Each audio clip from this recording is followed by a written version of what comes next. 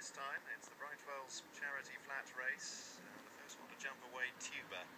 Brian Hughes seized the early initiative through the first half furlong, followed by ahead of his time and Gary Barber. Wheat Watchers, Marion Collins, green and white jacket, and Find It Out pulling hard for Leon Nurse, rushing up through the field. Might be in front by the time they get to the first turn. Tuba taken on by Find It Out, and then Wheat Watchers. Up into third, fourth goes Blackstone's Bridge, Andrea Kelly. And then settling back in the midfield, Waynedale Flyer. Sarah Mole ahead of his time is obliged to race a little wider.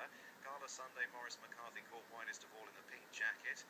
Looking back to the tail of the field, Call Me Bobby, Darren Foxley is in rear.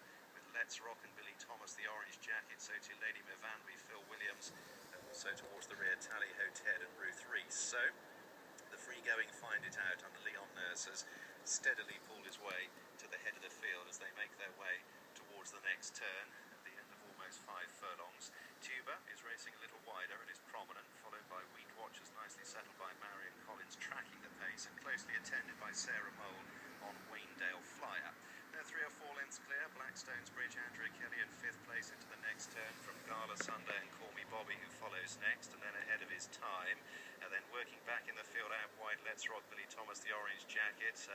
Towards the tail of the field, a little adrift, Tally Ho Ted and Ruth Rees find themselves 4 or 5 lengths off the main body of the field. There's a wider break to Phil Williams and Lady Mivanby, who are last of all.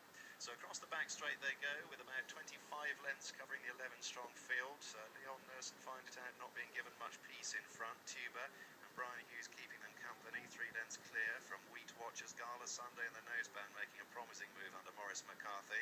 And also on the shift, Let's Rock, Billy Thomas, the orange silks. Now back into about 6th position goes Waynedale Flyer as they run to the far corner of the racetrack, about 5 furlongs or so from the finish. Tuba begins to fall back through the field, and Find It Out still leads as they bear right-handed, now chased by Wheat Watchers. Gala Sunday's up to dispute third with the weakening Tuba, and Let's Rock, who cuts the corner quite nicely.